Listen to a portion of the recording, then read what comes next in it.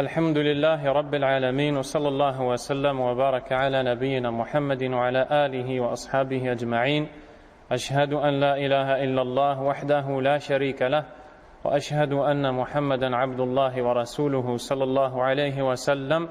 أما بعد فهذا اليوم هو 16 من شهر شوال عام 1436 من هجرة النبي صلى الله عليه وسلم، ونحن في المجلس الرابع من كتاب أصول السنة للإمام أحمد بن حنبل رحمه الله تعالى بشرح الشيخ العلامة أحمد بن يحيى النجمي رحمه الله. Nous sommes le 1er août 2015 et ceci est la 4e assise de l'étude des fondements de la sunna de l'imam Ahmad rahimahullah avec son commentaire du savant émérite Ahmad al-Najmi, qu'Allah lui fasse miséricorde. Nous avons parlé sur l'innovation et avons vu les paroles d'Allah tabaraka wa ta'ala, du prophète sallallahu alayhi wa sallam, des compagnons radiyallahu anhum, des savants de la sunna quant au jugement de l'innovation, et que toutes les innovations sont un égarement et qu'il n'existe pas de bonnes innovations. À partir de là, ya ikhwa, chers frères, waffaqanillah wa iyyakum, qu'Allah nous assiste, que dire des innovateurs qui sont les adeptes de l'innovation, qui sont ceux qui mettent en pratique les innovations ou qui les véhiculent. C'est la raison pour laquelle Imam Ahmad rahimahullah passe à cette partie où il dit Fatark al-khusumat wal-julus ma'a ashab al-ahwa. Il fait partie des fondements de la sunna de délaisser les polémiques et les assises avec les gens des passions. Et à travers les cours passés, vous avez vu qui sont les gens des passions.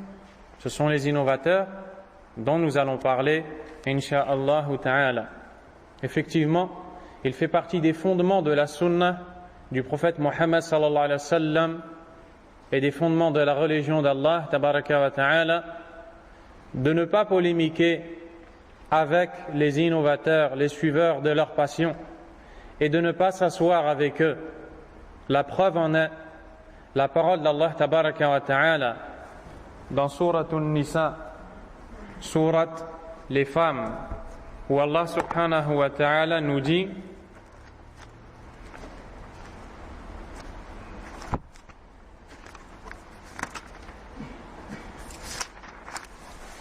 وَقَدْ نَزَّلَ عَلَيْكُمْ فِي الْكِتَابِ أَنْ إِذَا سَمِعْتُمْ آيَاتِ اللَّهِ يُكْفَرُ بِهَا وَيُسْتَهْزَأُ بِهَا فَلَا تَقْعُدُوا مَعَهُمْ حَتَّى يَخُوضُوا فِي حَدِيثٍ غَيْرِهِ إِنَّكُمْ إِذًا مِثْلُهُمْ.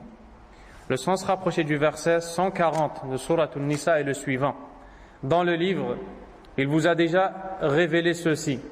Lorsque vous entendez qu'on renie les versets d'Allah et qu'on s'en raille, c'est-à-dire qu'on s'en moque, ne vous asseyez point avec cela jusqu'à ce qu'ils entreprennent une autre conversation. Sinon, vous serez comme eux.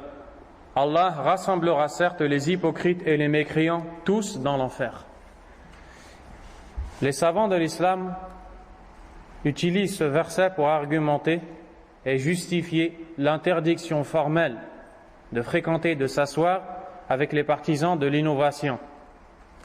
Et l'imam al-Sheikh Abdurrahman ibn Nasir al-Sa'di, rahimahullah, le professeur du Sheikh Mohammed ibn Salih al-Uthaymin, qui a un tafsir du Coran, un livre explicatif du Coran, exégèse, commente ce verset en disant وَيَدْخُلُ فِي ذَلِكَ مُجَادَلَةُ الْكُفَّارِ وَالْمُنَافِقِينَ لِإِبْطَالِ آيَاتِ اللَّهِ وَنَصْرِ كُفْرِهِمْ وكذلك المبتدعون على اختلاف أنواعهم فإن احتجاجهم على باطلهم يتضمن الاستهانة بآيات الله لأنها لا تدل إلا على حق ولا تستلزم إلا صدقا. Al-Sheikh al-Sa'di rahimahullah dit que ce verset implique l'interdiction de polémiquer tant bien avec les hypocrites ou bien avec al-kuffar qui ont pour but de renier les versets d'Allah, mais aussi les innovateurs avec toutes leurs différentes catégories. Car quand les innovateurs argumentent en utilisant des versets et des textes pour justifier leurs actions, ils ne font que prendre en raillerie les textes d'Allah et du prophète sallallahu alayhi wa sallam. Pourquoi? Car jamais le Coran et la Sunna n'appellent à l'innovation. Et eux se servent du Coran et de la Sunna pour justifier leurs innovations. À travers cette façon de faire, ils ont pris en raillerie les textes qui en réalité n'indiquent que la vérité et n'impliquent que la vérité. Fin de citation. Donc, on voit très bien de ce verset qu'Allah lui-même, subhanahu wa ta'ala, nous a interdit de s'asseoir avec les gens des passions, tant bien al-mushrikoun que al-munafiqoun, et aussi les innovateurs. Il est rapporté chez l'imam Abu Daoud, le hadith numéro 4319, selon le compagnon Imran ibn Hussein, radiyallahu anhu, عن النبي صلى الله عليه وسلم قال: من سمع بالدجال فلينأ عنه ما استطاع فإن الرجل يأتيه وهو يحسب أنه مؤمن فما يزال به حتى يتبعه لما يرى معه من الشبهات. الله أكبر. Le prophète sallallahu alayhi wa sallam dit: quiconque entend l'apparition ou assiste ou entend qu'est apparu le faux Messie, Al-Masih ad-Dajjal, qui est un des signes de la fin des temps, il viendra et il aura des signes dans lesquels il y aura des ambiguïtés et qu'il va utiliser pour induire les gens en erreur et les désorienter du chemin de la vérité. Le prophète sallallahu alayhi wa sallam nous avertit contre une fitna, un mal qui va arriver, et il commence à avertir les compagnons radiyallahu ta'ala anhum. Et après, certaines personnes disent: pourquoi vous parlez de choses qui ne nous concernent pas? La réponse: tu es ignorant, apprends ta religion. Et plus tu avertis, plus le mal s'éloigne. Moins tu avertis, plus le mal revient ou a dans la possibilité de revenir en raison de l'ignorance des gens. Et c'est pour ça que le prophète sallallahu alayhi wa sallam a mis en garde, ya ikhwa, contre les innovations avant même leur existence. N'est-ce pas? Quand le prophète sallallahu alayhi wa sallam dit: toutes les innovations sont dans le feu, prenez garde aux choses nouvelles, toute chose nouvelle est innovation, toute innovation est un égarement, tout égarement est dans le feu. Vous pensez que les gens innovent à son époque? Jamais. Sallallahu alayhi wa sallam, il n'a pas failli à sa mission, il les a éduqués comme il se doit, mais il les avertit: des innovations viendront, sachez-le, pour pouvoir vous en préserver. Et ceci, c'est la voie des prophètes qui a été suivie par les savants de la sunna à toute époque. Ici, le prophète sallallahu alayhi wa sallam dit: celui qui voit ou qui entend l'apparition du Dajjal, qu'il s'en éloigne autant qu'il peut. Pourquoi? Car il se peut que l'homme vienne à lui, au Dajjal, en pensant de lui qu'il est croyant. Il a une bonne opinion pour sa personne, il connaît bien sa religion et sa foi, il se dit: je suis en sécurité, je sais distinguer le vrai du faux. Alors il écoute Ad-Dajjal, il se met à côté de lui et il écoute, jusqu'à ce qu'il le suive à cause de ce qu'il va lui montrer comme ambiguïté. Donc il vient au début sûr de lui et à la fin il est avec lui. Pourquoi? Parce qu'il n'a pas suivi cette base de la religion qui est de fuir les shubuhat, qui est de fuir les ambiguïtés. Écoutez un peu ce qu'a dit Al-Sheikh Ibn Battah rahimahullah. Et l'imam Ibn Battah, c'est le cheikh de l'Irak qui fait partie des savants de la sunna et qui a un écrit dans la croyance des gens de la sunna intitulé Al-Ibana Al-Kubra, dans lequel il commente ce hadith et dit: هذا قول الرسول صلى الله عليه وسلم وهو الصادق المصدوق. Ceci est la parole du messager qui est véridique et dont on atteste de la véracité. فالله الله معشر المسلمين. Craignez Allah, vous les musulmans. لا يحملن أحدا منكم حسن ظنه بنفسه وما عهده من معرفته بصحة مذهبه على المخاطرة بدينه في مجالسة بعض أهل هذه الأهواء. Que l'un d'entre vous, wallahi, prenez-le comme une règle, que l'un d'entre vous ne soit pas trompé par la bonne opinion qu'il a de sa personne et par la bonne connaissance qu'il a de sa croyance, jusqu'à ce qu'il se mette en danger dans sa religion en allant s'asseoir avec les gens des passions. فيقول أداخله لأناظره أو لأستخرج منه مذهبه.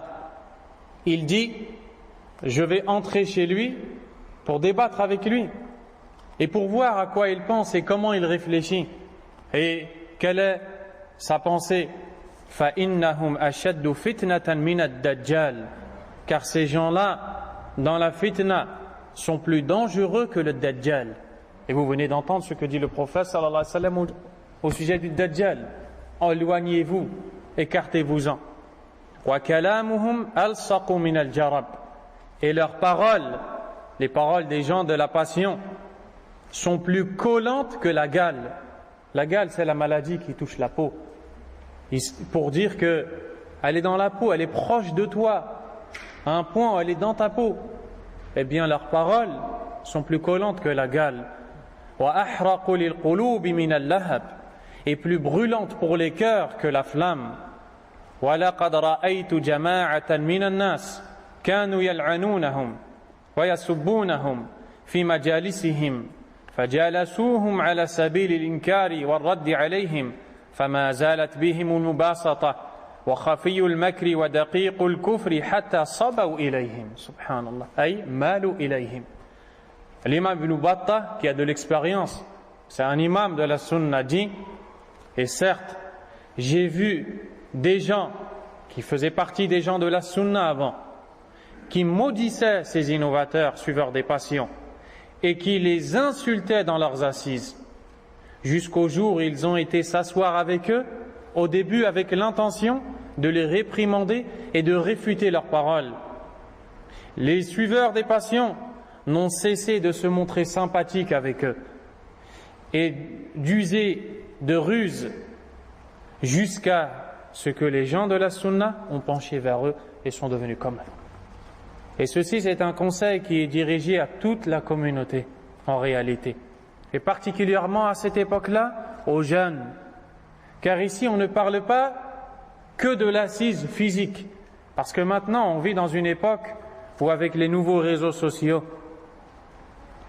WhatsApp, Twitter, Facebook, avec les sites internet des innovateurs et des suiveurs des passions, partout où tu vas, la fitna est dans ta poche. Partout où tu vas, on peut t'égarer, on peut te voler ta aqidah, on peut te voler ta croyance. Avec ton téléphone que tu as dans ta poche, tu l'ouvres et tu lis, tu consultes les sites internet, tu regardes les vidéos des gens des passions. Au début, tu le fais parce que tu penses du bien de ta personne. Tu te dis non, je sais qu'il faut suivre la sunna, je sais qu'il faut suivre la voie des salaf salih, des pieux prédécesseurs, mais je veux simplement comparer. C'est juste une curiosité. Et c'est après que tu vois que cette même personne devient pire dans l'égarement que les auteurs de la vidéo qu'elle a regardée. Et wallah, c'est pour cela que tu vois beaucoup de jeunes qui basculent d'un groupe vers un autre. Ils commencent avec Jama'at Tabligh, avec le groupe des Tabligh, car il est épaté par l'apparence qu'il voit d'eux. Ensuite, il se rend compte qu'il y a un manque. Il les quitte. Et puis il va avec Al-Ikhwan. Il va avec les frères musulmans. Puis il se rend compte qu'il y a un problème. Il les quitte et il va avec Al-Khawarij. Et ainsi de suite. Jusqu'à ce qu'Allah Azza wa Jal le guide, s'il voit du bien et veut le guider, ou alors il en décide autrement par sa sagesse, subhanahu wa ta'ala. Et une des causes de tous ces égarements, chers frères, c'est justement de consulter tout et n'importe quoi. Et je pèse mes mots. C'est pour cela que tu vois le jeune qui arrive, il entre dans la religion, soit par la conversion, soit il se repent et il décide de suivre la droiture, puis il se met à regarder les vidéos les unes après les autres. Les vidéos de justement ces sectaires, al-hizbiyoun, ces innovateurs qui sont maquillés et dans lesquels on entend des anashids, les chansons qui à la base en réalité viennent du soufisme pour faire bouger les cœurs. Puis on te montre des cadavres en Syrie ou en Palestine et on te montre et on joue sur tes sentiments, on joue sur ta pitié et toi tu ne sais pas que tu es en train de devenir un khariji, tu ne sais pas que tu es en train de suivre un chemin qui peut-être va te rendre maudit par Allah tabaraka wa ta'ala. Vous allez entendre des paroles des salafs bientôt incha'Allah et toi tu penses faire le bien. Pourquoi? Parce que tu n'as pas appris ta religion. La religion d'Allah, ce n'est pas viens essayer d'abord pour voir si tu te sens ou tu ne te sens pas. On ne t'a pas demandé de te sentir ou de ne pas te sentir. On t'a demandé de suivre le Coran et la Sunna. Si le Coran et la Sunna t'appellent à cette parole, à cette croyance, à cette action, fais-le et ne regarde personne. Si le Coran et la Sunna ne t'y appellent pas, si les compagnons n'ont pas fait cette chose, ne va pas essayer. Ne va pas essayer. La religion n'est pas un restaurant où on goûte les plats pour voir lequel est le meilleur. La religion n'est pas un amusement. Et si les jeunes avaient compris cette base des bases de la sunna, ils se seraient préservés d'énormément d'égarements. Et ces groupes-là, pensez-vous qu'ils vont vous éduquer sur ces bases-là? Bien sûr que non, ya ikhwa. Parce que si on vous montre cette réalité, vous allez vous détacher de tous ces gens-là et vous allez suivre le chemin des salafs. Et eux ne veulent pas que la vérité soit apparente. Mais Allah tabaraka wa ta'ala a dit yuriduna liyutfi'u nur Allah bi afwahihim. Ils veulent éteindre la lumière d'Allah avec leur bouche. Wa ya'ba Allahu illa an yutimma nurah. Et Allah ne veut que parachever sa lumière. Et Cheikh Sa'di rahimahullah a expliqué ce hadith en disant, ce verset en disant ils sont à l'image de ceux qui veulent éteindre le soleil. Et ils lèvent la tête au ciel et ils soufflent pour éteindre les rayons du soleil. Pensez qu'ils vont réussir? La sunna, c'est la religion d'Allah tabaraka wa ta'ala. Donc, ne consultez pas les sites d'innovateurs. N'allez pas répondre à vos curiosités, à vos sentiments, à vos goûts. N'allez pas essayer délaisser tout ça. Apprenez la sunna et apprenez qui sont les savants de la sunna. Si tu veux écouter, écoute à Cheikh Abdul Aziz ibn Baz rahimahullah. Écoute Cheikh Mohammed ibn Salih al-Uthaymin, rahimahullah. Écoute Cheikh Mohammed Nasiruddin al-Albani, rahimahullah. Écoute Cheikh Muqbil ibn Hadi al-Wadi'i. Écoute Cheikh Salih al-Fawzan. Écoute Cheikh Salih al-Luhaydan. Écoute Cheikh Ubayd al-Jabiri. Écoute le Cheikh Rabi' ibn Hadi al-Madkhali. Et apprends qui sont les savants de la sunna. Mais ne va pas par curiosité. Et puis quand tu regardes une vidéo, tu vois quelqu'un qui est éloquent, qui prononce de bonnes paroles, puis tu t'y attaches avant même de le connaître. Ce n'est pas comme ça qu'il faut agir dans la religion d'Allah tabaraka wa ta'ala. وعن أنس ابن مالك رضي الله تعالى عنه وقد جاءه رجل فقال له يا أبا حمزة لقيت قوما يكذبون بالشفاعة وبعذاب القبر فقال أولئك الكذابون فلا تجالسهم. Anas ibn Malik radiyallahu anhu, qui a vécu pendant 10 années consécutives aux côtés du prophète sallallahu alayhi wa sallam et qui était son servant, un homme est venu le voir et l'a interpellé: Oh Abu Hamza, c'est la kunya de Anas radiyallahu anhu, j'ai rencontré des gens qui démentent l'intercession et le châtiment de la tombe. Car il y a parmi les innovateurs ceux qui ne croient pas en l'intercession. Et il y aura un chapitre où on le traitera, Inch'Allah, et les supplices de la tombe. Anas ibn Malik radiyallahu anhu a dit: ce sont eux les grands menteurs, ne t'assois pas avec eux.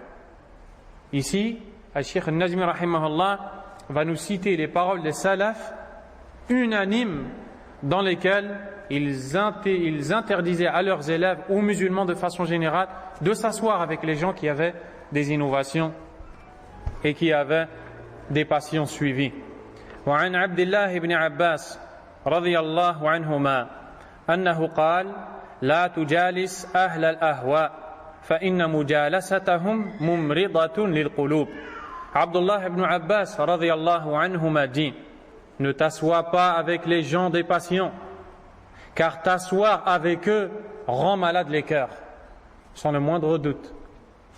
Lorsque tu t'assois avec des gens des passions, sache que tu exposes ton cœur à une grande maladie. Ibn Battah rahimahullah a rapporté dans son livre Al-Ibana qu'un des pieux prédécesseurs, le dénommé Mughira, a dit: Kharaja Muhammad ibn Sa'ib wa ma kana lahu hawa faqal idhabu bina nasma'u qawlahum ay ahl al-bid'a fama raja'a hatta akhadha biha wa 'alaqat qalbah. Un homme, le dénommé Muhammad ibn Sa'ib, qui faisait partie des gens de la Sunna, est sorti un jour et a dit à ceux qui étaient avec lui: allons donc écouter leurs paroles. À qui? Les innovateurs. C'est-à-dire, allons voir ce qu'ils veulent dire. Il y est allé, il est resté avec eux et il n'est revenu qu'en innovateur. Et l'innovation s'est accrochée à son cœur. L'innovation s'est accrochée à son cœur. وقال أبو الجوزاء وكان من كبار التابعين. Abu al-Jawza, qui faisait partie des grands tabi'un, qui sont ceux qui ont vécu avec les compagnons radiyallahu ta'ala anhum: la an yujawirani qiradatun wa khanazir ahabbu ilayya an yujawirani ahadun minhum ya'ni ashab al-ahwa. Subhanallah. Ici vous voyez la voix des salafs et vous allez comprendre pourquoi les gens parmi al-hizbiyoun ou al-mubtadi'a, les innovateurs et les sectaires, ne veulent pas que l'on cite ces paroles, car ici on va voir la réalité de leur voix. Abu al-Jawza disait: être le voisin de singes et de porcs m'est préférable à être le voisin de l'un d'entre eux, c'est-à-dire les gens des passions.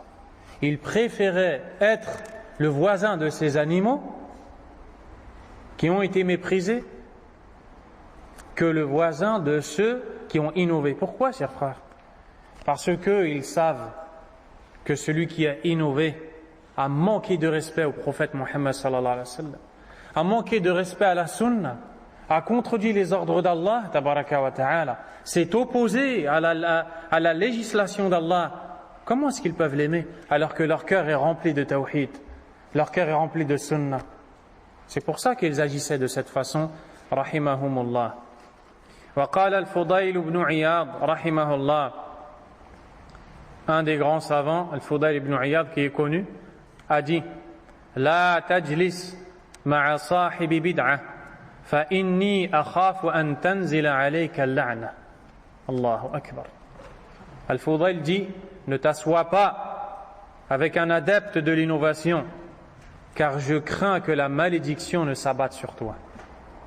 Je crains que la malédiction ne s'abatte sur toi. Il ne plaisantait pas ni ne riait quand il s'agissait de sunna et d'innovation. Rahimahumullah. وقد دخل على محمد بن سيرين رجلان من أهل الأهواء. Al-Sheikh Najmi rapporte que deux hommes se sont présentés au dénommé Muhammad ibn Sirin. Muhammad ibn Sirin, c'est l'élève de Anas ibn Malik radiyallahu anhu. C'est un tabi'i et un des grands savants de la sunna et un des rapporteurs de hadith dont on trouve le nom dans le recueil de l'imam al-Bukhari et qui était connu, rahimahullah, pour sa sunna, pour son suivi de la sunna. Deux hommes des passions sont venus le voir. C'est un imam, c'est un savant de la sunna. Deux hommes des passions sont venus le voir. فقال يا أبا بكر نحدثك بحديث. Ils lui ont dit: oh Abu Bakr, on veut te réciter un hadith. قال لا. Muhammad ibn Sirin a dit non. قال فنقرأ عليك آية من كتاب الله.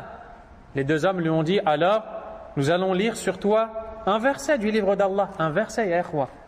On ne peut pas l'altérer, on ne peut pas le changer. Alhamdulillahi Rabbil Alamin. Un verset du livre d'Allah. قال لا.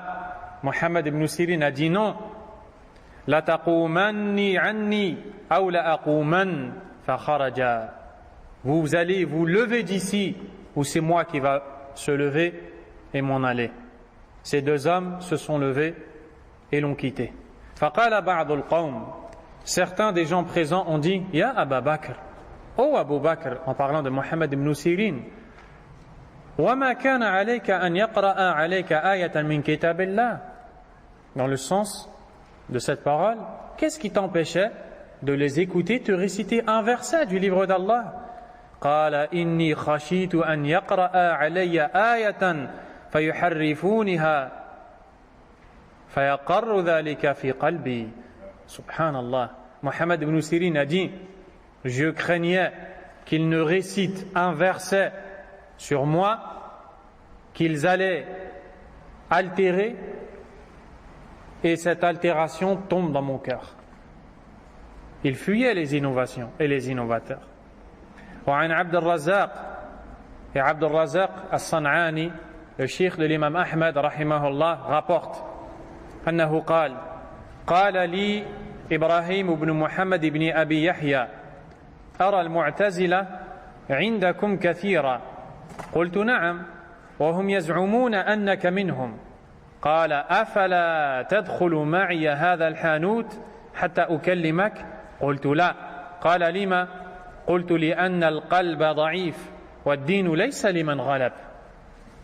Regardez la tarbiya des salafs, l'éducation des salafs. Abd al-Razaq al-San'ani, le cheikh de l'imam Ahmed rahimahullah, rapporte que Ibrahim ibn Muhammad ibn Abi Yahya a dit à Abd al-Razaq al-San'ani, il lui a dit, je vois beaucoup de Mu'tazila chez vous, les innovateurs al-Mu'tazila qui ont une croyance égarée, qui disent que le Coran est créé, qui nient la shafa'a, qui disent que celui qui commet des péchés majeurs n'est ni croyant ni mécréant, et beaucoup d'énormités qu'ils ont prononcées. Ibrahim ibn Muhammad ibn Abi Yahya a dit au cheikh de la Sunna, je vois beaucoup de Mu'tazila chez vous. Le cheikh Abd al-Razaq lui dit, certes, et ils disent que tu es avec eux, ils disent que toi aussi tu en es un. L'homme lui dit alors, veux-tu entrer avec moi dans cette boutique pour discuter avec toi? Abd al-Razaq al-San'ani lui dit non. L'homme lui dit pourquoi? Abd al-Razaq al-San'ani lui répond, car le cœur est faible. Et la religion n'est pas pour celui qui a vaincu, c'est-à-dire dans le débat. Je débat, je t'ai vaincu, on me suit. Tu m'as vaincu, on te suit. C'est pour cela que quand on est venu voir l'imam Malik rahimahullah, un homme lui a dit, je voudrais débattre avec toi. L'imam Malik rahimahullah lui dit, ici c'est moi, si je suis le vainqueur. L'homme lui dit, je te suis. L'imam Malik lui dit, ici tu es le vainqueur. L'homme lui dit, tu me suis. L'imam Malik lui dit alors, et si un troisième vient et est vainqueur contre nous deux? L'imam Malik lui dit, on le suit. L'imam Malik lui répond alors, va débattre avec les gens qui doutent comme toi. Moi je suis convaincu du chemin que je suis dans ma religion. Va avec quelqu'un qui doute comme toi si tu veux polémiquer. Et il dit, donc maintenant la religion va être ambulante. La religion va être ambulante et elle sera pour le vainqueur. وعن مبشر ابن إسماعيل الحلبي قال قيل للأوزاعي إن رجلا يقول أنا أجالس أهل السنة وأهل البدعة فقال الأوزاعي هذا رجل يريد أن يساوي بين الحق والباطل. Mubashir ibn Ismail al-Halabi, qui fait partie des savants de la Sunna, rapporte selon l'imam al-Awza'i, et l'imam al-Awza'i est très connu, Abdurrahman ibn Amr ibn Abi Amr al-Awza'i, avec la kunya Abu Amr al-Faqih rahimahullah. Un homme a dit à al-Awza'i, il y a un homme qui dit, moi je m'assois avec les gens de la Sunna, mais aussi avec les gens de la bid'a, les gens de l'innovation. Al-Awza'i lui a dit, prenez ces qawa'id, ce sont des règles du din. Al-Awza'i lui dit, voici là un homme qui veut mettre sur un même pied d'égalité le vrai et le faux. Tu ne peux pas. Comment est-ce que tu peux t'asseoir avec les innovateurs et avec les gens de la Sunna? Et aujourd'hui, on trouve justement chez les innovateurs ces paroles-là. Et écoutez bien, barakallahu fikum. Ils disent, il n'y a pas de mal à prendre le bien chez chaque groupe. Mais quand on regarde l'application de cette règle, qu'est-ce qu'on voit? Ils le font avec tout le monde, sauf qui? Sauf vous. Sauf Ahlus Sunnah. Sauf les gens de la Sunnah. Sauf ceux qui suivent le Salaf al-Salih. Pourquoi? Pourquoi, ya ikhwa? Pourquoi? On les dérange. Et c'est pour ça que Cheikh Mohammed Aman al-Jami, rahimahullah, grand savant, spécialisé dans l'aqida et dans le manhaj, a dit que les gens de l'innovation sont divisés, sauf dans une seule chose. Et là, d'un coup, ils sont unis. Quelle chose, ya ikhwa? Naam. La guerre contre les gens de la Sunna. Là, ils s'unissent. Ils s'aiment tous. Shi'i, Soufi, Khariji, Ikhwani, toutes les sectes que vous voulez. Pour faire la guerre aux gens du vrai, vous savez pourquoi? Ça, c'est la plus grande preuve que les gens de la Sunna sont dans le vrai. C'est parce qu'ils sont une épine dans leur chemin. Ils les gênent. Eux ont l'ambition d'égarer les gens. Les gens de la Sunna arrivent et réfutent. Ils veulent en s'emparer des cœurs des gens et en faire ce qu'ils veulent. Les gens de la Sunna arrivent et les réfutent. Ça les gêne. Puis quand ils se sont vus ensemble, tous autant qu'ils sont, ils ont vu qu'en fait ils sont tous critiqués par les mêmes, les savants de la Sunna. Depuis les Sahaba radiyallahu anhum, depuis l'apparition des Khawarij, depuis l'apparition des Qadariyya, depuis l'apparition de toutes ces sectes, jusqu'à nos jours. Donc qu'est-ce qu'il faut faire maintenant? Il faut s'unir pour les combattre. C'est pour ça qu'ils sont unis contre les gens de la Sunna. Et ça, on le voit dans leurs paroles, on le voit dans leurs prêches, on le voit dans leurs discours qu'ils prononcent sur les estrades le jour du vendredi, on le voit dans leurs élocutions, et ils inventent des noms sur les gens de la Sunna, ils leur lancent des sobriquets, ils leur donnent des qualificatifs par lesquels en réalité ils ne sont pas décrits et desquels ils sont totalement innocents. Et ça, alhamdulillah, c'est le sens de la parole du prophète sallallahu alayhi wa sallam. Bada'a al-islamu ghariban. L'islam a débuté étranger. Wa sayaudu ghariban kama bada. Fatuba lil ghuraba. Et il redeviendra étrange comme il le fut. Bonne nouvelle faite pour les étranges. Et certains de ces gens-là sèment des ambiguïtés parmi lesquelles ils disent, il est connu de la voix du Cheikh Abdul Aziz ibn Baz, rahimahullah, qu'il s'asseyait avec tout le monde.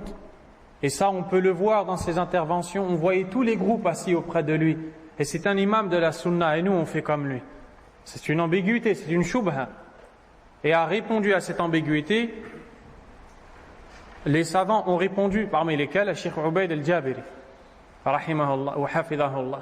Et il dit justement, premièrement, à Cheikh Ibn Baz, rahimahullah ta'ala, est connu pour la profondeur de sa connaissance de la croyance islamique et de la sunna. Ce n'est pas quelqu'un qu'on va égarer comme ceci.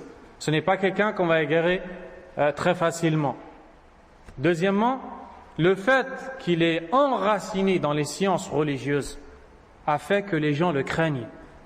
C'est pour cela que dans les assises de Cheikh Ibn Baz, rahimahullah, la parole est à Cheikh Ibn Baz.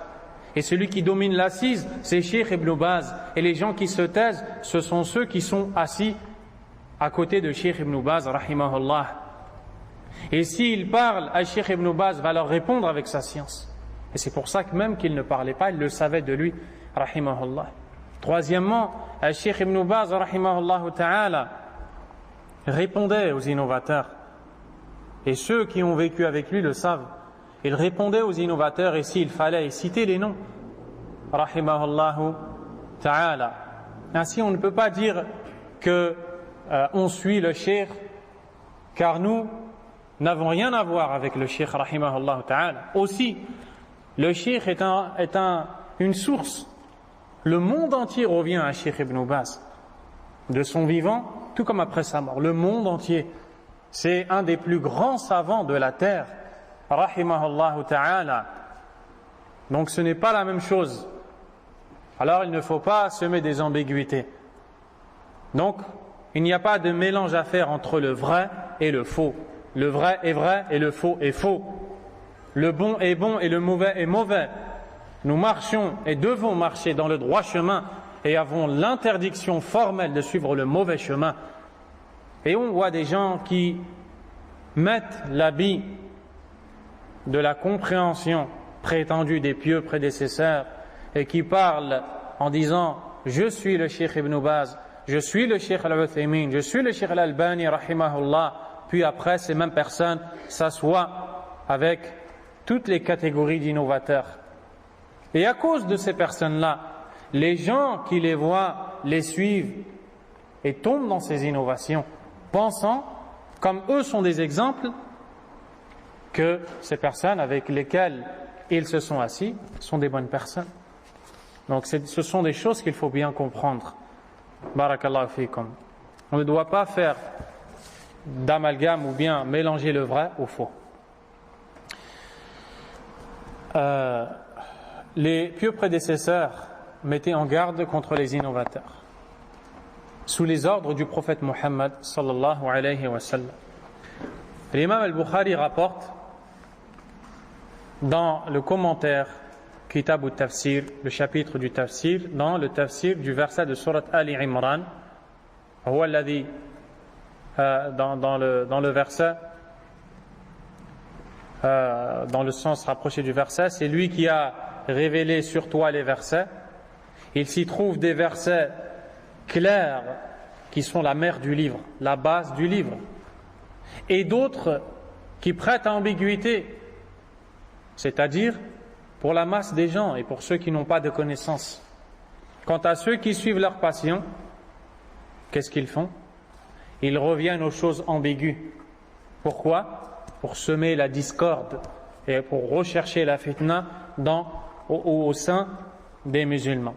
Donc, quand il a cité ce verset, dont je vous ai cité le sens rapproché, le prophète sallallahu alayhi wa sallam a interpellé les compagnons en disant إِذَا رَأَيْتُمُ الَّذِينَ يَتَّبِعُونَ مَا تَشَابَهَ مِنْهُ فَأُولَٰئِكَ الَّذِينَ سَمَّى اللَّهُ فَاحْذَرُوهُمْ.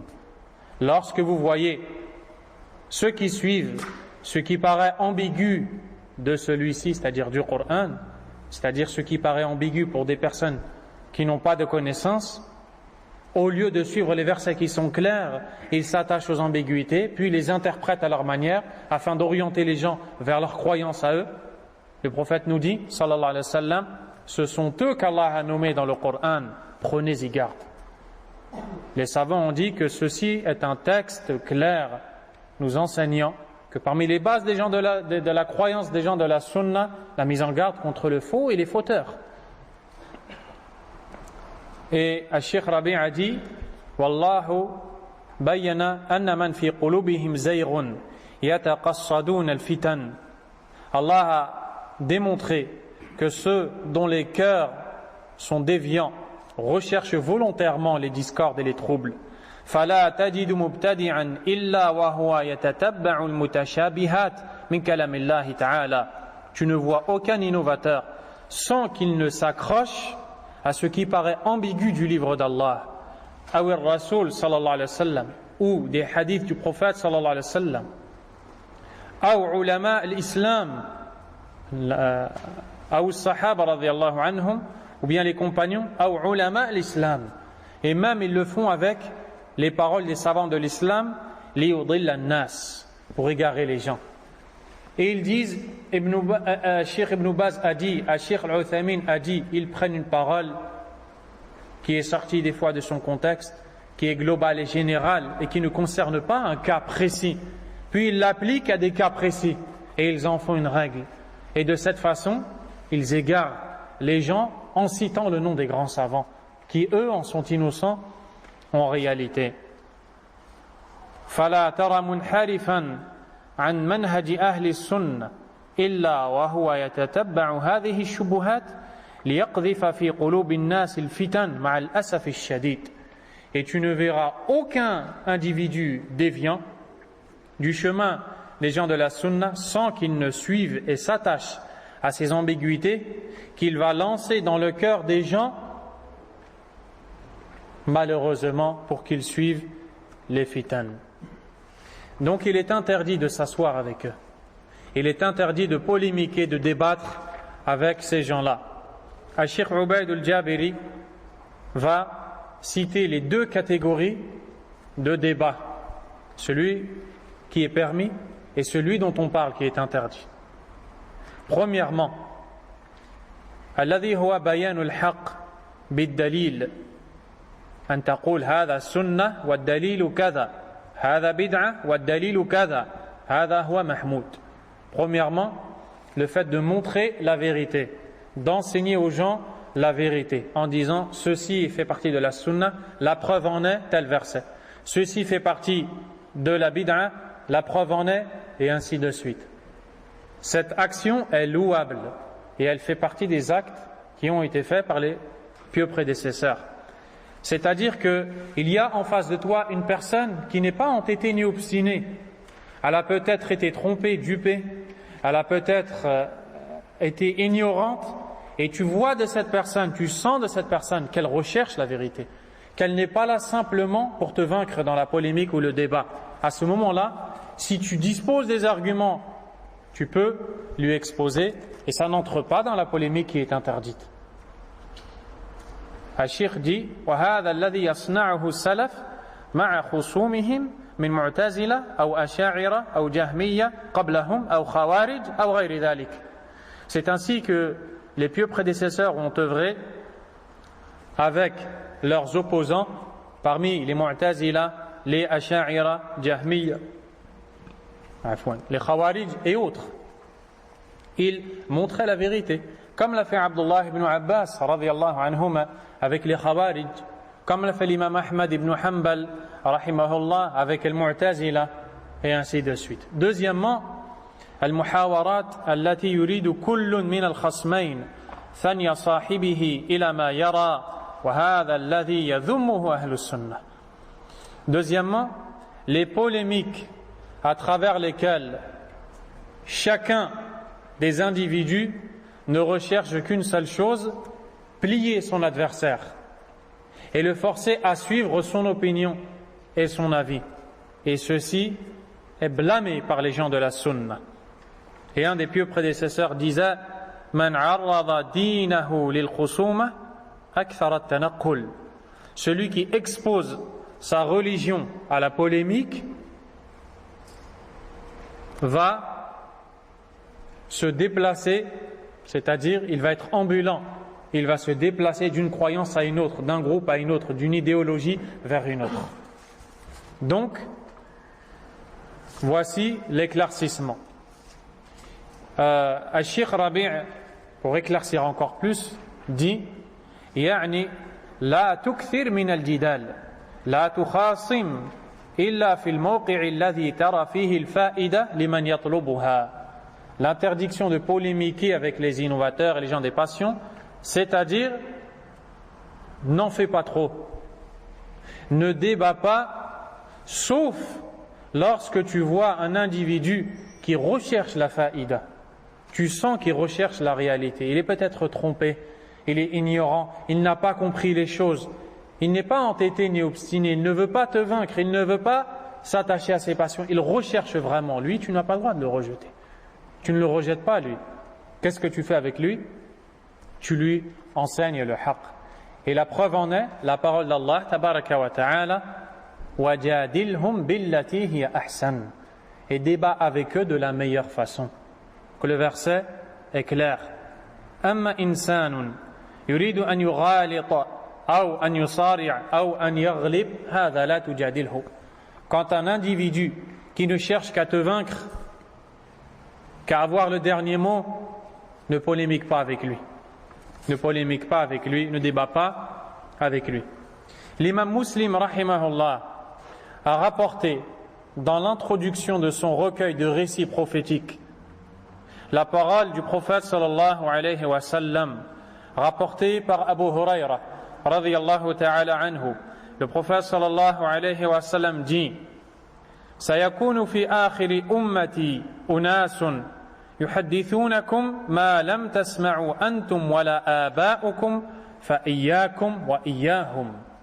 Le prophète alayhi salatu wa sallam dit il viendra à la fin de ma communauté des hommes qui discuteront avec vous en vous citant des choses que vous n'avez pas entendues, ni vos ancêtres. Prenez garde à eux et éloignez-vous de ces gens-là. Et aujourd'hui, on voit des gens qui, dans leur prêche, justement, vont utiliser des choses nouvelles. Pourquoi? Parce que malheureusement, le musulman qui n'apprend pas sa religion, qui n'apprend pas sa croyance, qui n'apprend pas les fondements de sa croyance, aime les choses nouvelles et croit que c'est ça la science. Et il pense que la science c'est d'entendre des choses nouvelles. Donc, lorsqu'il voit un orateur, un prêcheur, prononcer des choses qu'on n'a jamais entendues, il pense que c'est cela la science. Et disent qu'il est le vrai savant. Or, ici, le prophète sallallahu alayhi wa sallam dit que des gens viendront et diront des choses que vous n'avez pas entendues ni vos ancêtres, des choses qui ne sont pas connues par les savants, des choses qui n'ont pas été enseignées, des choses qu'on ne connaît pas. Ils vont polémiquer d'une nouvelle façon, ils vont citer des nouvelles choses. Prenez garde à ces gens-là. Et c'est la raison pour laquelle, lorsque tu écoutes les savants de la sunna, tu vois très bien que leurs paroles sont claires, elles sont concises, elles sont comprises, simples, car le but des savants c'est de guider la masse, ce n'est pas de montrer qu'ils sont savants. Ce n'est pas de montrer qu'ils sont savants. Donc il ne fait pas partie de la voie des savants d'utiliser ces façons pour inciter les gens à les suivre, à les convaincre. Car d'ailleurs les savants n'appellent pas les gens à les suivre. Les savants appellent les gens à suivre le Coran et la sunna du prophète Mohammed alayhi salatu wassalam. Les gens de l'innovation ont des signes. Lorsqu'ils sont vus, l'individu peut voir en eux qu'ils ont des signes des innovateurs.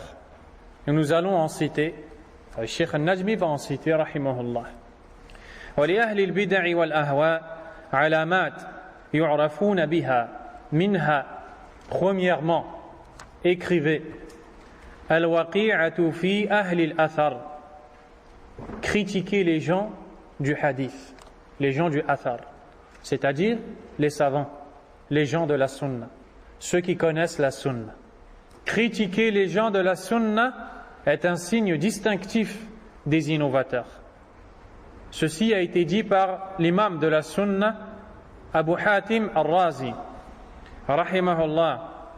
Il dit alamatu ahli al-bida' al-waqi'atu fi ahli al-athar. Le signe distinctif des gens de l'innovation, c'est de critiquer, de dénigrer les adeptes du athar, c'est-à-dire les suiveurs du hadith. Les suiveurs du hadith du prophète sallallahu alayhi wa sallam. Et ceci à toute époque. Ça a commencé à l'époque du prophète sallallahu alayhi wa sallam. Avant son prêche, comment est-ce qu'il était décrit? As-sadiqul masduq, as-sadiqul amin, le véridique digne de confiance. Puis lorsqu'il a appelé les gens à la ilaha illallah, qu'est-ce qu'ils lui ont répondu? Tu es fou. Majnoun, sha'ir, c'est un poète. Sahir, c'est un sorcier. Kahin, c'est un voyant. Kadhab, c'est un grand menteur. Ne l'écoutez pas. Et ils allaient aux entrées de la Mecque, aux portes de la Mecque où ils se tenaient debout. Ils accueillaient les venants pour leur dire: il se trouve un homme qui se dénomme Mohammed, il prétend être prophète, c'est un menteur, c'est un sorcier, c'est un devin, c'est un charlatan, il est fou, il est ensorcelé, ne le suivez pas. Depuis l'époque du prophète sallallahu alayhi wa sallam jusqu'à l'époque que nous vivons. Et les compagnons d'eux-mêmes ont été critiqués. Les tabi'un d'eux-mêmes ont été critiqués par les innovateurs. Atba'u tabi'in, leurs suiveurs, les grands savants de la sunna. Puis on voit l'imam Ibn Taymiyyah rahimahullah qui a été critiqué. Avant lui, l'imam Ahmad rahimahullah qui a été même traité par les Mu'tazilah de mécréants, d'ennemis de l'islam. Alors, qui est l'imam Ahmad en réalité? Que dire de l'imam Ahmad rahimahullah? Est arrivé l'imam Ibn Taymiyyah qui a passé la majeure partie de sa vie en prison. Il n'était pas connu à son époque, rahimahullah. il était traité de menteur, on portait atteinte à son honneur, on le dénigrait, on lui donnait des sobriquets, des surnoms par lesquels on le nommait, on le décrivait par des qualificatifs desquels il était complètement innocent. Rahimahullah. Tout ceci pourquoi? Parce que l'homme a peur des noms. Et quand on donne des noms à un individu qui font peur, qu'est-ce qui va se passer, chers frères? Les gens automatiquement vont prendre ces choses-là et vont fuir. Et en réalité, ils ont fui le haqq. Ils ont fui la réalité. Est arrivé l'imam Muhammad ibn Abdul Wahhab rahimahullah. Il a vécu dans une contrée où les gens s'adonnaient à la tombolatrie. Ils adoraient les tombes. Ils sollicitaient les défunts qui étaient sous la terre. Ils s'adonnaient à la sorcellerie, à la voyance. Ils mentaient sur le livre d'Allah. Ils innovaient. Ils sollicitaient un autre qu'Allah. Ils craignaient autre qu'Allah tabaraka wa ta'ala. C'est dans ce climat qu'est arrivé Muhammad ibn Abdul Wahhab rahimahullah seul. Il n'a agressé personne, il n'avait pas d'armes. Il n'a été violent avec personne, il n'a jamais été violent rahimahullah. Simplement, il a été étudier la religion. Il a voyagé de sa ville natale, puis il a été à la Mecque pour l'accomplissement du pèlerinage, ensuite à Médine, puis il est allé en Irak, ensuite il a voulu aller vers le Cham, vers la Syrie, mais faute de provisions, il a dû revenir. Et quand il est revenu, il avait un niveau de science assez conséquent pour pouvoir commencer le prêche. C'est alors qu'il s'est mis à prêcher et à assainir les croyances malsaines, à corriger les erreurs, à appeler les gens au retour à la réalité. On a commencé à dire de lui, il taxe les musulmans de mécréants, il veut combattre les musulmans. Et on a dit, les adeptes de cet homme, ce sont al-Wahhabiyya, les Wahhabites. Et puis ce nom a été véhiculé. Et alors aujourd'hui, tu trouves jusqu'à nos jours des personnes qui entendent Wahhabiyya, mais qui ne savent en réalité vraiment pas de quoi est-ce qu'on parle. Car en réalité, il n'y a pas de Wahhabiyya. Ce sont simplement les gens qui suivent la sunna, comme Muhammad ibn Abdul Wahhab rahimahullah la suivait. Mais les gens ont peur des sobriquets, les gens ont peur des surnoms. Résultat, beaucoup de gens sont troublés par ces choses et fuient le chemin divin, le chemin d'Allah tabaraka wa ta'ala, le chemin du haqq, le chemin de la vérité, le chemin du paradis, le chemin de la satisfaction d'Allah, l'islam, la religion d'Allah subhanahu wa ta'ala. Les savants sont arrivés les uns après les autres, ils ont commencé à prêcher dans la péninsule arabique. Le shirk a été éradiqué. On ne connaissait plus l'adoration des tombes, on ne connaissait plus la sollicitation des morts ou les cœurs qui s'accrochent à autre qu'Allah. Le soufisme est arrivé et s'est opposé à la da'wa du tawhid. Et ainsi les savants sont arrivés jusqu'à notre époque. Al-Sheikh Abdul Aziz ibn Baz rahimahullah ta'ala a prêché à la vérité et on a dit de lui qu'il est l'allié des ennemis d'Allah et qu'il est un traître, comme on dit à Sururiya, les adeptes, les suiveurs de Mohammed Surur, qui est un homme qui a été exclu de l'Arabie et qui maintenant réside en Angleterre, d'où il propage son venin sur les savants de la sunna. Et ils ont commencé à critiquer, puis est arrivé Oussama ibn Laden, le Khariji, égareur, qui n'a rien à voir avec la voix d'Allah tabaraka wa ta'ala, et qui a commencé à dire sur un Cheikh al-Uthaymin que c'est un Cheikh Khatm, un Cheikh qui sert à tamponner. Il valide. Le gouverneur donne un ordre et l'Uthaymin vient et tamponne. Et il a dit que Cheikh Ibn Baz est un mécréant, wal'iyadhu billah, et que le royaume d'Arabie est un État mécréant, wal'iyadhu billah. Et c'est ainsi que les savants ont été dénigrés. Et chers frères, c'est sans aucun doute, plus tu vas mettre en garde contre les innovateurs, plus tu vas être dénigré. Et c'est pour cela qu'à notre époque, un des savants qui en a le plus subi, mais qui grâce à Allah est toujours là debout et qui dit ce qu'il faut dire, Cheikh Rabi' ibn Hadi al-Madkhali, hafidahullah ta'ala. Et c'est pour cela qu'il a passé toute sa vie, il y a 40 ans, ya ikhwa, il y a 40 ans de ça, car Cheikh a plus de 86 ans aujourd'hui. Il y a 40 ans de ça, il était surnommé Assad al-Sunnah.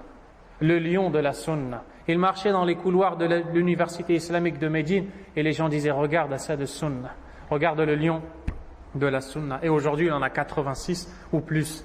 Rahimahullahu, hafidhahullahu ta'ala. Il a dévoilé des égarés.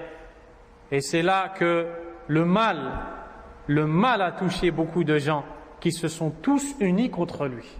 Soufiyya contre lui, Ikhwaniyya contre lui, Tabligh contre lui, Khariji contre lui, Shi'i contre lui. Et ils se sont tous unis contre lui jusqu'à ce qu'ils ont inventé le nom Madakhila. Et ils ont dit que tous ceux qui suivent Rabi' ibn Hadi al-Madkhali, ce sont ce qu'on appelle al-Madakhila.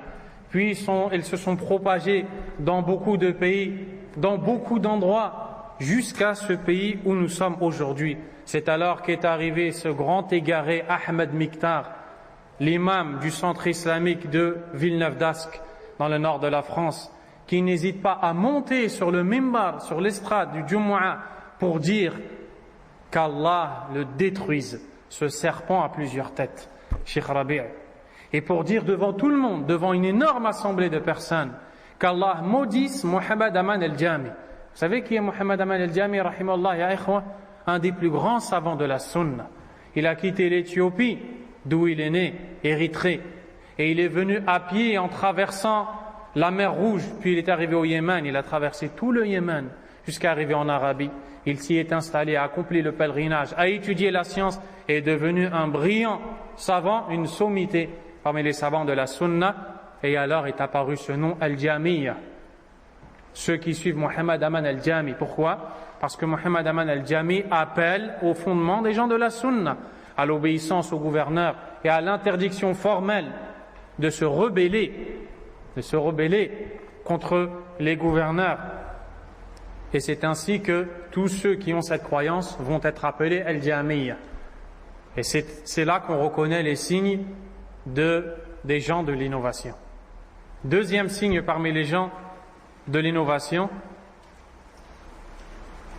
shiddatu mu'adatihim li ahli al-hadith wa sukutuhum an ahli al-ghayy wal-batil.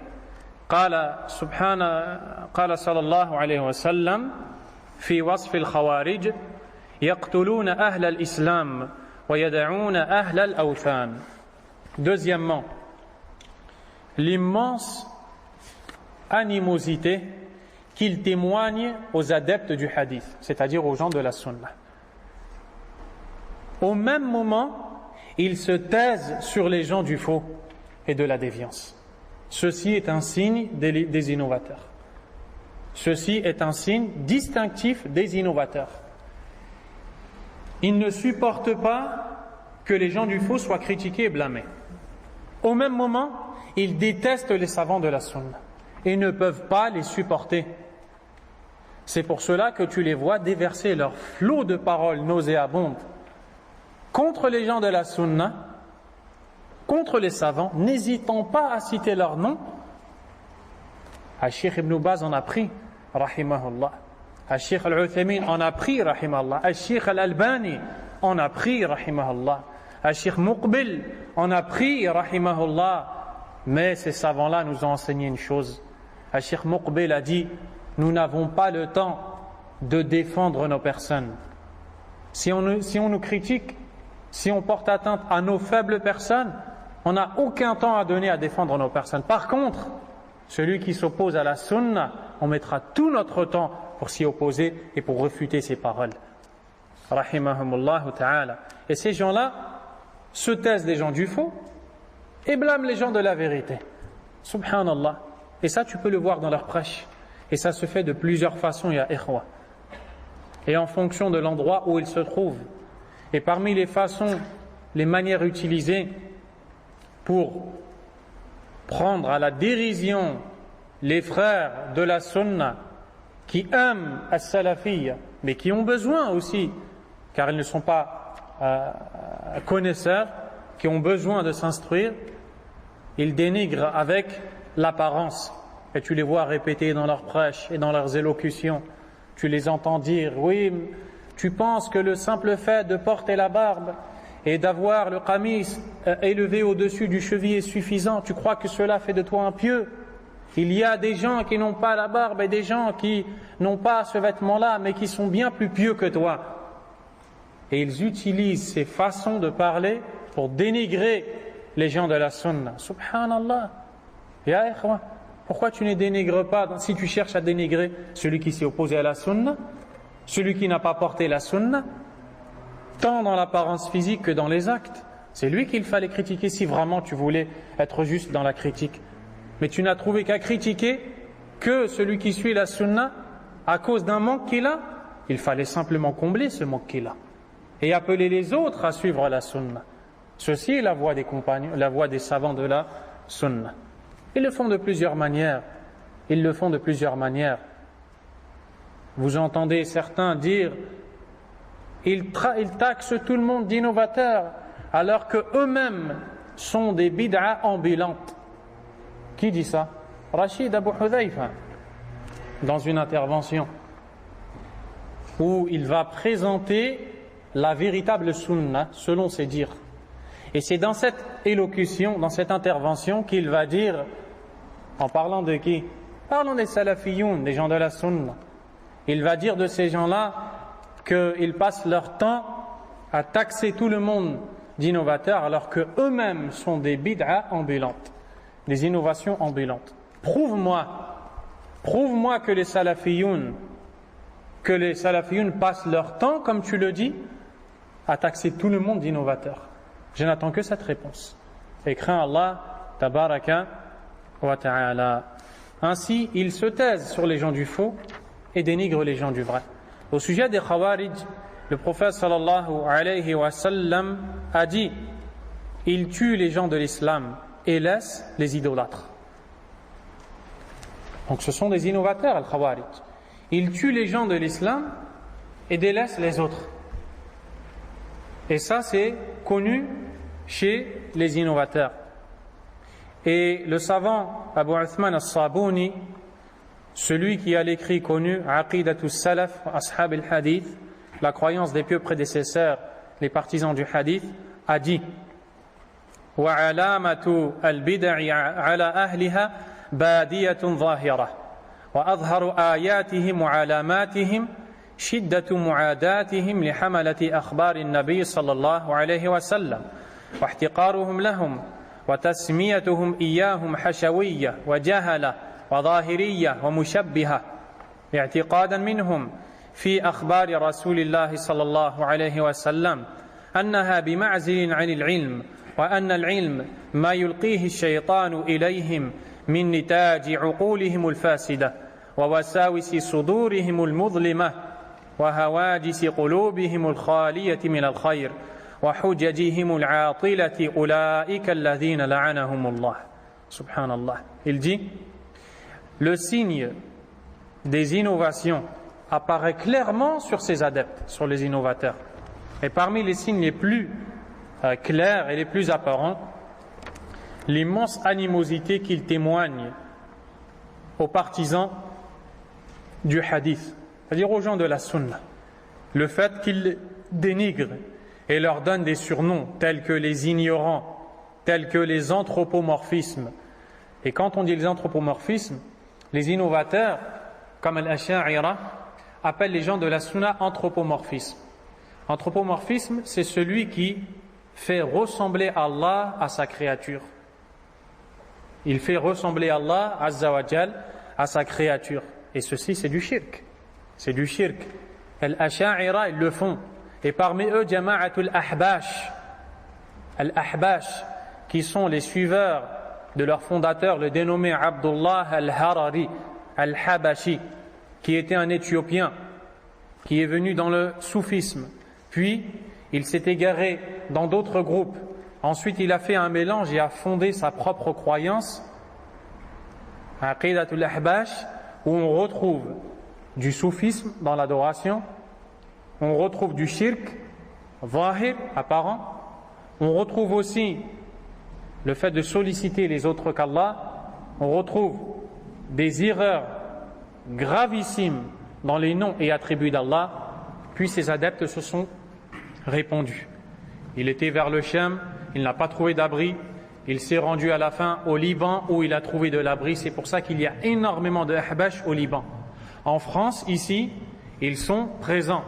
Ils ont une association qui est appelée APBIF, qui signifie Association de projets bienfaisance islamique en France. Fuyez-les comme vous fuyez le lion, car ils sont plus dangereux que le lion. Le lion va vous manger, eux vont vous voler votre croyance. Et à la fin de l'année, vers le mois d'octobre, ils commencent à apparaître dans les marchés, à l'entrée des magasins, et ils envoient souvent des jeunes filles, et qui en plus sont maquillées, ou des jeunes garçons débutants, pour vendre leur calendrier à 5 €. Et puis dans leur calendrier, il y a des ambiguïtés. Vous savez, il y a les calendriers de prière où dans chaque page, il y a un hadith, il y a un rappel. Eux, ils le font, mais leur hadith à eux et leur rappel à eux, pas les hadiths du prophète sallallahu alayhi wa sallam. Et ils appellent de façon progressive à leurs ambiguïtés. Wal'iyadhu billah. Puis avec l'argent de ces calendriers, ils vont investir et ils vont répandre et véhiculer leur adoration. Et Abdullah al-Harari est mort aux toilettes. Il est mort en accomplissant ses besoins. Allahu a'lam, si c'est un châtiment d'Allah subhanahu wa ta'ala, mais qu'Allah me préserve et vous préserve, chers frères, d'avoir cette fin. Il disait que lorsque tu regardes une femme, il n'y a pas de mal à rester figé sur elle tant que c'est le premier regard. Car dans le hadith, le prophète sallallahu alayhi wa sallam a dit le premier regard est pour toi et le deuxième est contre toi. Donc tant que tu es dans le premier, tu peux regarder. Il disait il n'y a pas de mal à se maquiller. Il disait qu'il n'y a pas de mal à la mixité. Il disait qu'il n'y a pas de mal à écouter la musique. Qu'est-ce qu'il reste? Az-zina. Il reste que la fornication, rien d'autre. C'est pour ça qu'ils font énormément de choses dans ce domaine. Donc ils appellent les gens de la sunna mushabbiha, les anthropomorphistes, ceux qui ont fait ressembler Allah à sa créature. Et ils croient que les hadiths du prophète sallallahu alayhi wa sallam sont exilés de la vraie science et que la véritable science c'est ce que leur insuffle le diable, subhanallah.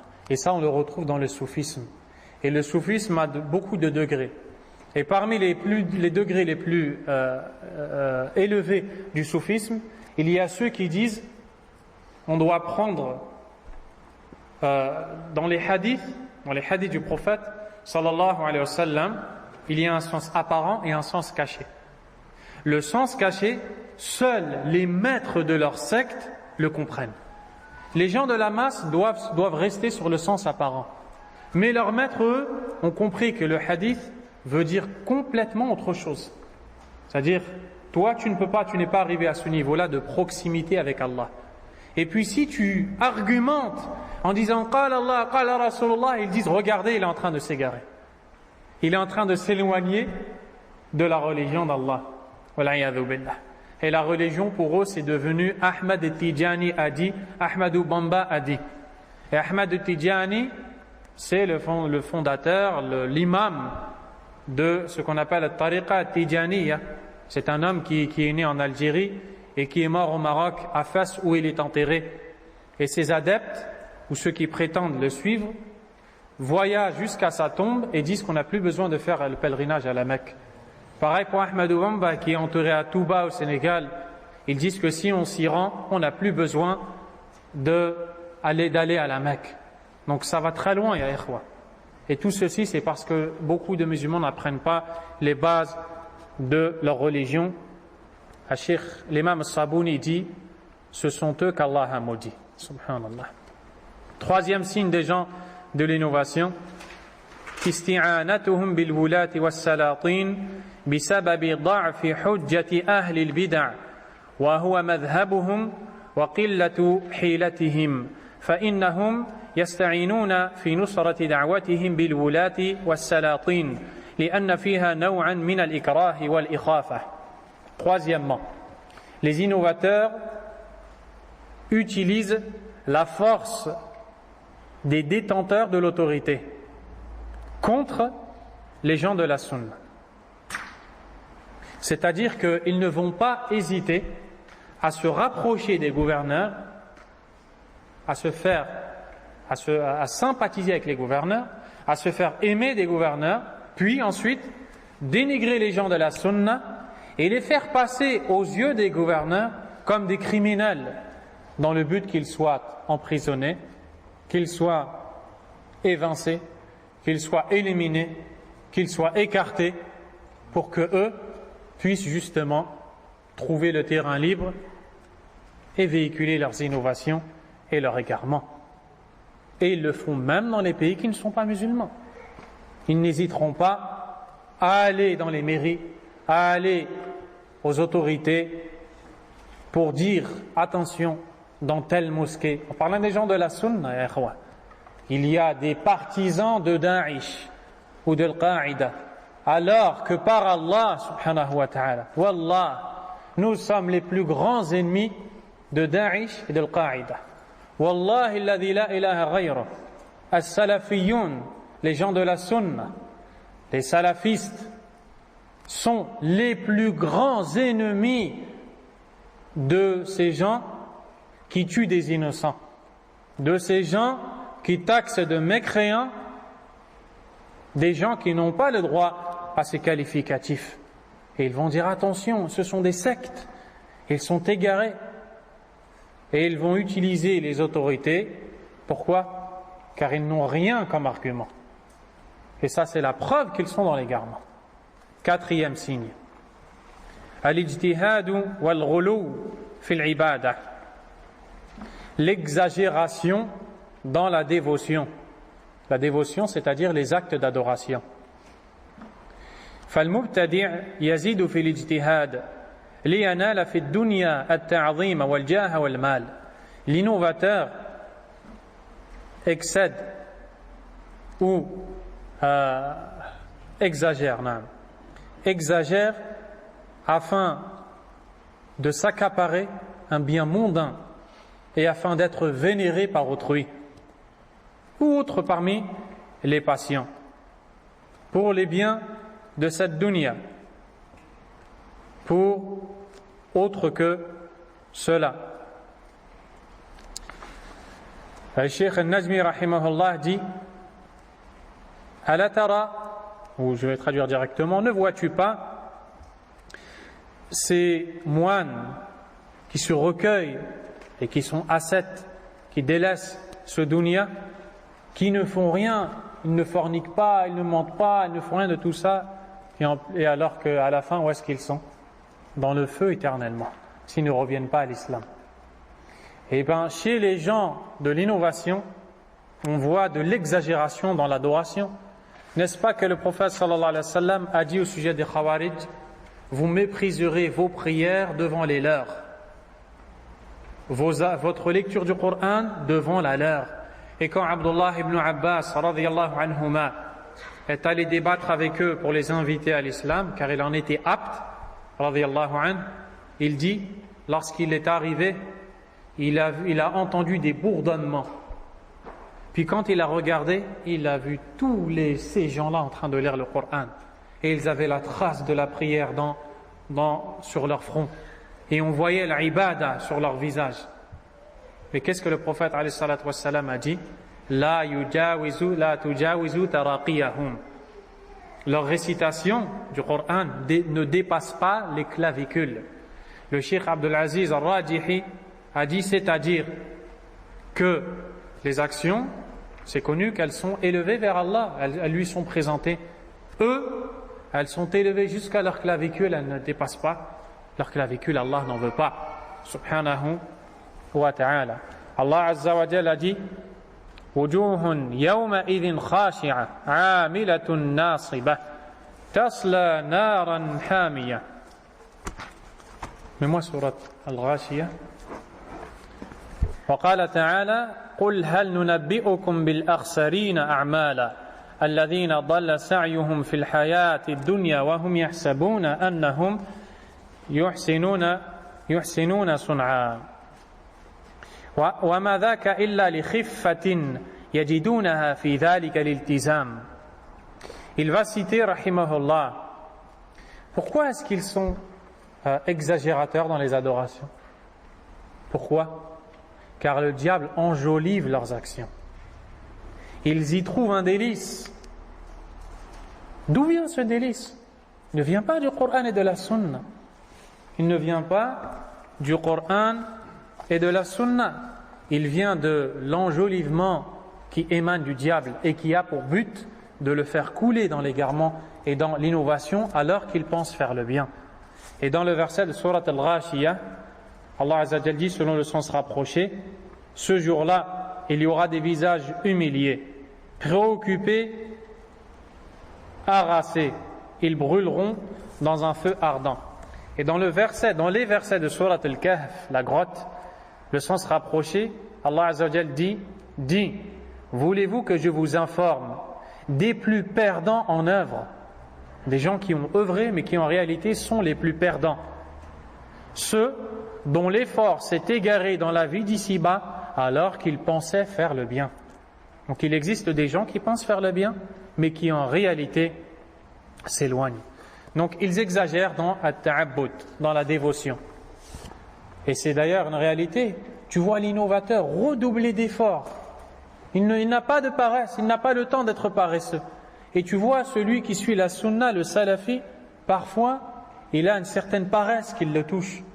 C'est vrai, n'est-ce pas? Il a une certaine paresse qui le touche. Pourquoi? La réponse, c'est que le diable enjolive la bid'a. Enjolive la bid'a. Lui, il croit faire le bien. C'est tout à fait normal que le diable va lui dire, c'est magnifique ce que tu fais. Redouble d'efforts. Redouble d'efforts. Tu as énormément de hasanat. Et c'est pour ça qu'après, quand tu vas parler avec une de ces personnes, par exemple, on a discuté avec certains frères qui sont affectés par le groupe de Tabligh, qui a un prêche qui est erroné, qui n'est pas en accord avec les fondements de la croyance islamique. Et quand il s'avère que lorsque tu t'adresses à ces frères, ils te répondent, tu ne peux pas comprendre. Viens avec nous essayer avant de critiquer. Viens avec nous, quand on va, on se sent énormément bien. C'est exactement de ça qu'on parle ici. Subhanallah. Il y a des textes du Coran et de la Sunna. Pourquoi est-ce que tu m'appelles à ton goût? Pourquoi est-ce que tu m'appelles à ce que tu juges bon? Alors qu'Allah Azza wa Jal a complété sa religion. Il ne l'a pas rachevée. Ainsi, la religion n'accepte ni diminution ni ajout. Dans Surat Al-Ma'idah, Allah Azza wa Jalla a dit Al-yawma akmaltu lakum dinakum wa atmamtu alaykum ni'mati wa raditu lakum al-islam dina. Selon le sens rapproché. Aujourd'hui, j'ai complété pour vous votre religion, parachevé sur vous mon bienfait et agréé pour vous l'islam comme religion. Le l'éminent savant Muhammad al-Amin al-Shanqiti rahimahullah, dans une conférence qui a été retranscrite par écrit dans un livre intitulé Al-Islam dinun kamil, l'islam est une religion complète, a commenté ce verset et a dit, le prophète sallallahu alayhi wa sallam a vécu 81 nuits après la révélation de ce verset, c'est-à-dire 2 mois et demi à peu près. Donc Allah n'a pas révélé ce verset si ce n'est après avoir complété sa religion. Ainsi la religion n'accepte ni diminution ni rajout. Ô musulman, ne suis pas ton goût, ne suis pas ta passion, ne suis pas ton désir, ne suis pas ton sentiment. Abandonne tout ça, apprends le livre d'Allah, étudie la langue arabe, la langue de ton prophète sallallahu alayhi wa sallam, étudie le Coran, étudie la Sunna, vois qui étaient les compagnons, vois quelles paroles ils ont prononcées, vois quelle voie ils ont suivi, à laquelle ils se sont cramponnés, et suis-les. Et c'est pour ça que les salafs disaient ittabi'u wa la tabtadi'u faqad kufitum, c'est-à-dire suivez et n'innovez pas, ceux qui sont venus avant vous vous en suffit. Ceux qui sont venus avant vous vous en suffit. Alors que celui qui s'attache à la sunna, qu'est-ce que Shaitan va lui faire à lui? Remets-le à plus tard. Tu as le temps. Remets cette sunna à plus tard. Utlub al-ilm fima ba'd. Étudie la science religieuse plus tard. Apprends le Coran plus tard. Apprends la sunna plus tard. Et les jours passent et tu remets tout le temps les choses à plus tard. Puis quand il s'agit d'innovation, de distraction, de péché, tu sens une envie de le faire. une envie pressante de le faire. Ceci est la ruse du shaitan. Ainsi, il faut la fuir. Et Allah Azza wa Jalla a dit كَذَلِكَ يُضِلُّ اللَّهُ مَنْ يَشَاءُ وَيَهْدِي مَنْ يَشَاءُ. C'est ainsi qu'Allah égare qui il veut et guide qui il veut. الشيخ Najmi dit وقد يفتتن البعض بالمبتدعة لما يرون عندهم من التزهد والتخشع والبكاء. Et certains ont été affectés par quelques innovateurs en raison de leur ascétisme, de leur dévotion, de leurs pleurs. Et ça, c'est une calamité qui a frappé beaucoup de la masse des musulmans. Ils allument la télé, ils voient le premier prêcheur qui parle, il est éloquent, il sait s'exprimer. Il parle d'Allah et de son prophète sallallahu alayhi wa sallam et il pleure. Ça y est, on s'y attache. On ne sait même pas s'il a une bonne croyance. On ne sait même pas si ce qu'il dit est vrai. On ne sait même pas si ce qu'il dit est en conformité avec la sunna, mais simplement parce qu'il est éloquent, parce qu'il est attirant, on s'y attache. C'est là que tu vois des gens, quand tu leur amènes al-ilm al-shar'i, la science religieuse, les cours dispensés par les savants, ils s'en lassent, ils n'aiment pas ça. S'asseoir, patienter, écouter, écrire, apprendre, réviser, mettre en pratique, propager, ça demande trop de temps. Ils préfèrent s'asseoir et écouter quelqu'un qui raconte des histoires, comme on dit, à dormir debout, des histoires à dormir debout. Ils n'hésitent pas à user de mensonges. Pourquoi? Pour amadouer la masse des gens, pour toucher leur cœur. Et puis après, tu vois cette masse de gens qui s'attachent à des prédicateurs dont ils ne connaissent pas l'intégrité et l'aptitude à prêcher ou non. Quand tu vas voir ces personnes-là pour leur dire « Cher frère en islam, ô toi le musulman, voici un conseil que je te prodigue. Je remarque que tu écoutes une personne qui n'est pas apte à prêcher et qui ne doit pas être écoutée. » Qu'est-ce qu'ils disent? Pourquoi avez-vous autant de haine pour tous ces prêcheurs à l'islam? Ils ne font que du bien. Je n'ai entendu de leur part que du bien. Si tu étais un savant de l'islam, j'aurais accepté tes propos. Mais tu es ignorant, tu n'as pas étudié. Comment est-ce que tu distingues le bien du faux? Comment est-ce que tu sais où est le bien, où est le faux? Ce sont ces choses-là que nos frères musulmans, qu'Allah nous guide ainsi qu'eux-mêmes, doivent corriger et dans lesquels ils doivent se remettre en question. Et donc c'est ainsi qu'il ne faut pas être trompé simplement parce que l'individu a pleuré ou parce qu'il est émotif ou son discours est apaisant, plaisant, attirant. Non, ce n'est pas ça la balance. Non aux musulmans, ce n'est pas ça la balance. La balance c'est le Coran et la Sunna. La balance c'est la compréhension qu'avaient les pieux prédécesseurs, rahimahumullah. Cheikh Najmi a cité 4 signes. Il s'est arrêté ici. Bien sûr, la liste n'est pas exhaustive, mais on pourrait citer aussi d'autres signes que les savants de la Sunna ont cités, parmi lesquels Adamul ihtimam bil aqida wa da'wati ila tawhid. Sans le moindre doute, un des plus grands signes des innovateurs. Ils ne concentrent pas leur prêche sur la correction des fausses croyances. Ils ne concentrent pas leur prêche sur l'appel à l'unicité d'Allah tabaraka wa ta'ala. Ils disent, mais pourquoi est-ce que tu nous appelles à ça? Et lorsque tu étudies Kitab al-Tawhid et que tu vas arriver au chapitre en relation avec l'adoration des tombes et l'interdiction, avec les versets et les hadiths, ils te disent, pourquoi est-ce que tu nous parles de ces sujets? On a d'autres sujets, le sang coule en Irak, le sang coule en Syrie, le sang coule, ya Yohannas. Et ils sont éloquents, et ils sont touchants. Et les gens de la masse sont trompés par ces gens-là. Pourquoi est-ce que le sang coule? Ya ikhwa, ya muslimoun, nos musulmans, pourquoi est-ce qu'il y a toutes ces calamités? Parce que dans nos pays, les gens adorent les tombes. Parce que dans nos pays, les gens jurent par autre qu'Allah. Parce que dans nos pays, il y a beaucoup de gens qui insultent Allah. Parce que dans nos pays, il y a beaucoup de gens qui portent des amulettes, des talismans pour repousser le malheur, pour repousser le mauvais œil. On s'est éloigné d'Allah. Et tant qu'on ne revient pas à la croyance saine et authentique, Allah nous abandonnera. Allah a dit dans le Coran, وَعَدَ اللَّهُ الَّذِينَ آمَنُوا مِنكُمْ وَعَمِلُوا الصَّالِحَاتِ ليستخلفنهم في الأرض كما استخلف الذين من قبلهم وَلَيُمَكِّنَنَّ لَهُمْ دِينَهُمُ الَّذِي ارْتَضَى لَهُمْ وَلَيُبَدِّلَنَّهُمْ مِنْ بَعْدِ خَوْفِهِمْ أَمْنًا يَعْبُدُونَنِي لَا يُشْرِكُونَ بِي شَيْئًا. Dans le sens rapproché du verset, Allah a fait la promesse aux croyants parmi vous qui ont fait de bonnes actions qu'il leur donnera la suprématie sur terre comme il l'a donné à ceux qui les ont précédés. Il donnera à leur religion qu'il a agréé pour eux force et suprématie. Il changera leur ancienne peur en sécurité. Tu veux la suprématie? Tu veux la sécurité? Tu veux vivre paisiblement? Écoute la fin du verset. يَعْبُدُونَنِي لَا يُشْرِكُونَ بِي شَيْئًا.